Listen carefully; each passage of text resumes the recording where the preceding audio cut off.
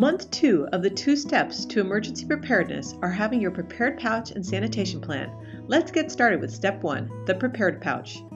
Hi, I'm Ms. Rebecca Newbern of the Richmond Rivets, and our organization has come up with a program called 2 Steps a Month to Emergency Preparedness.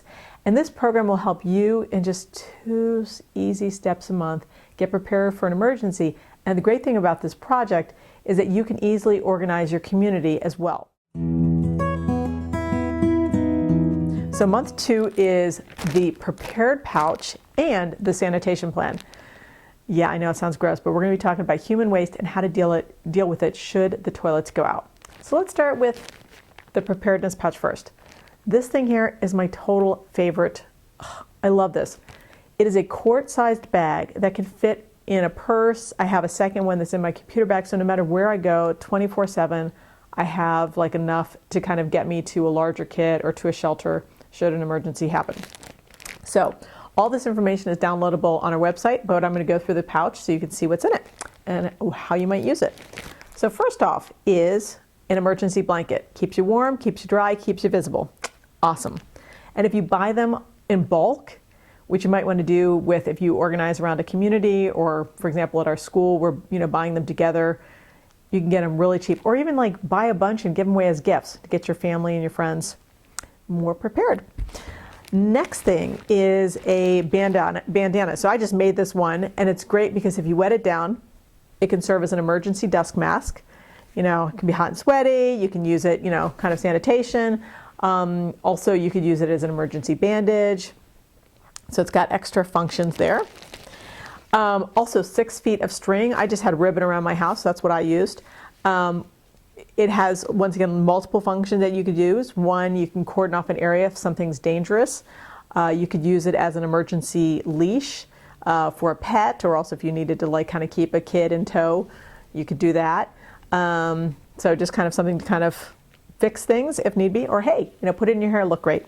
Food, a little energy bar. I'd be miserable if I didn't have food and I was stuck in San Francisco and had to walk back to the East Bay. So a little bit of munchies would be helpful. I wanted to stick chocolate in, but I think it might melt, so trying to find a plan B on that one. Flashlight. Let's see, Sharpie or permanent marker. So a couple of strategies: you can write your name and your driver's license. So should you get injured, or just whatever, then the police or whatever, or an emergency rescue person could, find out who you are and then, get contact. Or you could even write like your name and an out-of-state contact number. Kind of gross, but important to know is after Hurricane Katrina, children that were marked were less likely to be attacked by sexual predators. So yucky, but just important thing to know. Another thing in here that I really like is this cue card. You can download this from this great organization. And the website is cardcanhelp.org. We'll also have a link on our website. And it just has great strategies about how to shelter in place, how to treat someone for shock, how do you set up an emergency, command center, regardless of where you are and under different circumstances. So super, super great resource. Also in here is surgical gloves. So I added in them in here should I have to do emergency first aid and I need a blood barrier. But if you don't have surgical gloves, or in an emergency you didn't have this, them with you, you can also just use the bag as a blood barrier. And let's see, hand sanitizer. I like the little spray type. You can get it for $1. $1 for 100 sprays. Like that is a good deal. And I don't like the flip cans as much because those flip tops can open up, and then that would be kind of a disaster, little minor disaster, but we're trying to avoid those and be better prepared for them. So I suggest this. Let's see, and tissue paper, which can be used as toilet paper, which brings us to step 2 of month 2. The sanitation plan. Okay, here we go. So once again, in an emergency, I hate to say it, but toilets may not work. And you do not want to use your toilet if it doesn't work, because that would be yucky. Okay, so a lot of organizations recommend having a 5-gallon bucket. We're actually recommending 2 5-gallon buckets. And you're probably going like, why would I need 2? Well, let me tell you why. The first is for urine, or some families call pee. So we're recommending 1 bucket just for urine because, first off, urine, not all fluid, not all things that come out of the body are the same.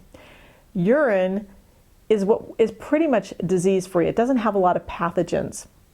There's only like 3 pathogens or disease-causing things that can live inside the body in urine. One of them is leprosy, and the other one is schistosomiasis, which are pretty much tropical diseases. So they don't really exist a lot in here. And the second thing is, even if they did exist in our body, they don't live outside of the body for very long. So keeping your urine separate and the toilet paper for the urine in 1 container is fine. And then digging a hole and burying it. You can dig like a 12-inch hole, bury it, put an inch of dirt on top, and just keep doing that. Because you don't want to necessarily keep it exposed to the air, but you do want to it's not a big health issue compared to bucket number 2, which is for feces or poop and also menstrual blood. So as you can see, this bucket is got a garbage bag in it. So feces contain pathogens. Those are disease-causing things. They can live outside of the body in our climate for up to 2 years, and the tropics up to 7 years. So people thinking they're just going to be able to go in the bush in an emergency, and there's like tens, if not hundreds of thousands of us living in the area, that is a bad plan. So 2 buckets, easy to get them. You can get buckets like at, from anyone who's a painter, or you can even go to recycling centers, if whatever. You can even buy them cheap at hardware stores. Bucket 2, feces. Line it, because it would be disgusting to have to empty this.